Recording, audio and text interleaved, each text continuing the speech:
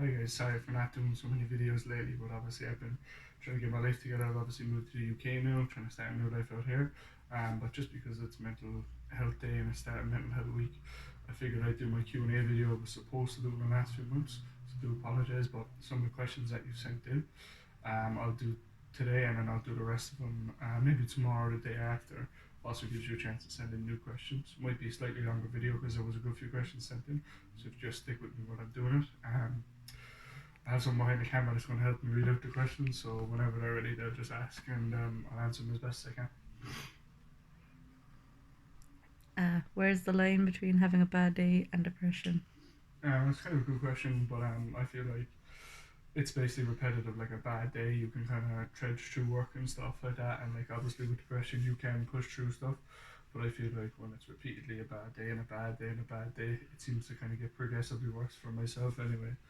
A few people I've talked to, that seems to be what happens. It gets like worse and worse and worse. It gets to a point where you can't do anything.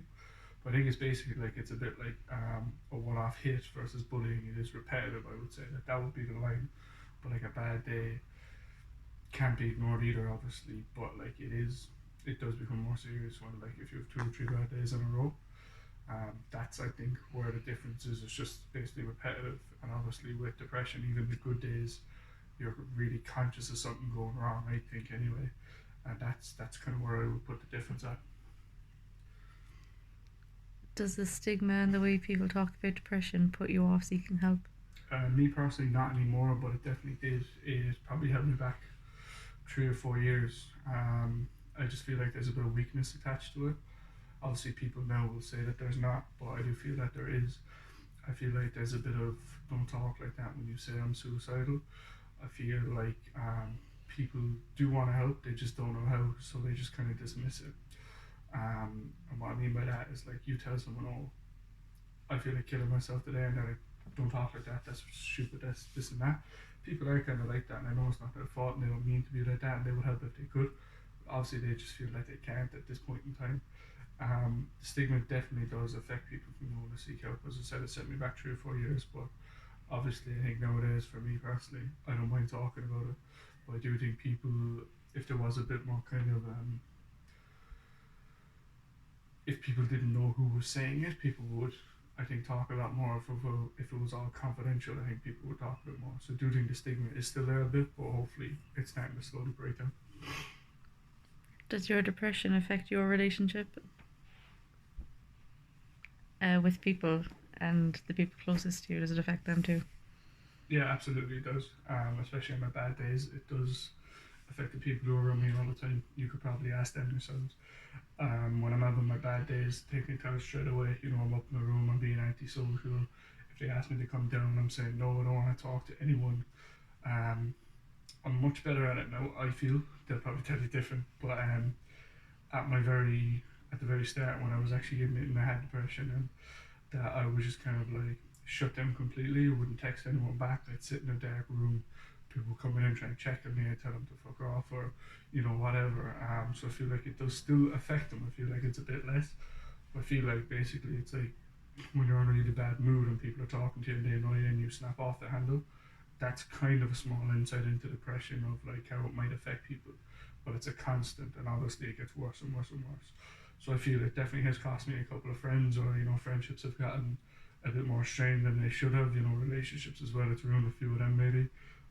But yeah, it definitely does affect the people around me, and anyone who stays around me, I'm thankful for because it means a lot that they're willing to put up with that for me as well and stick around. Does the HSE put the right steps in place to help people with depression? It's a tough one because obviously there are steps there, and some people have gone through the HSE system and had it perfect. Some people would have gone to the doctor, got the help they needed, the medication, the prescription, all of that, and they would have just once off. But I think that's quite rare in my experience. I went to 4 different doctors before I actually got help. The first one out in Kinsale didn't really help me at all. The second one I visited in Kinsale told me don't do anything when you leave here, I'll get in trouble. The third doctor I visited told me to come back in 2 or 3 weeks.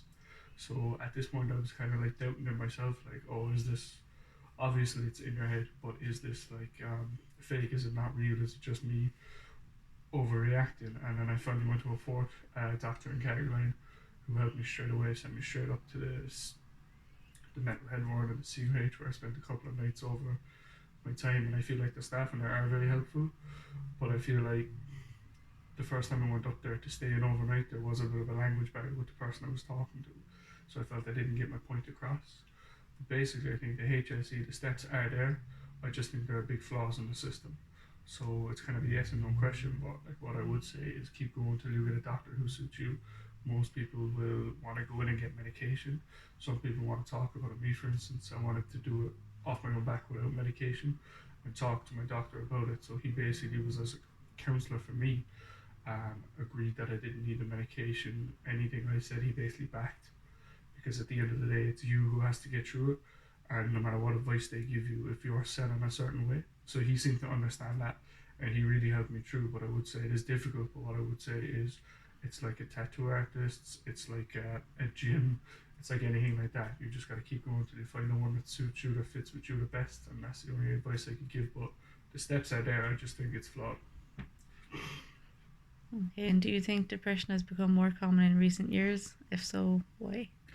I do think it's become more common, but I think it's kind of a twofold question, because how common was it before we started talking about it? Nobody knows, you see, because it could have been just as common, and it's just like anything, it's just starting to come out now. But I do think there is more depression with social media and stuff like that. Like, I believe that social media is mostly negative. The reason I keep it is basically to share messages like this and keep in touch with people. Obviously, back home, that was a big thing for me. But I do think there's a lot of negative aspects. I think it's mostly negative with social media, because a lot of it is bullying, or people, if they don't get a certain amount of likes on a picture, they'll start to immediately feel down and say, oh, I thought it looked good in this picture, I thought I'd get this many likes or whatever. It is a weird way that we work now, but I do feel certainly that more people are coming out and saying they are depressed, which is definitely a good thing. But it's kind of hard to judge, because how many people were suffering in silence before that. And basically, we do want people to come out and say it. But even on social media, for example, the first few times you say you're depressed and this and that, you get lots of support. And I feel like there's a weird thing, certainly in Ireland, don't know about the UK yet, obviously, but where the more you hammer home a point, the less interest people have. It's kind of like, okay, you've said that point now, let's leave it be. But I feel like we have to keep going, keep talking. It doesn't matter if it's more common now, I suppose.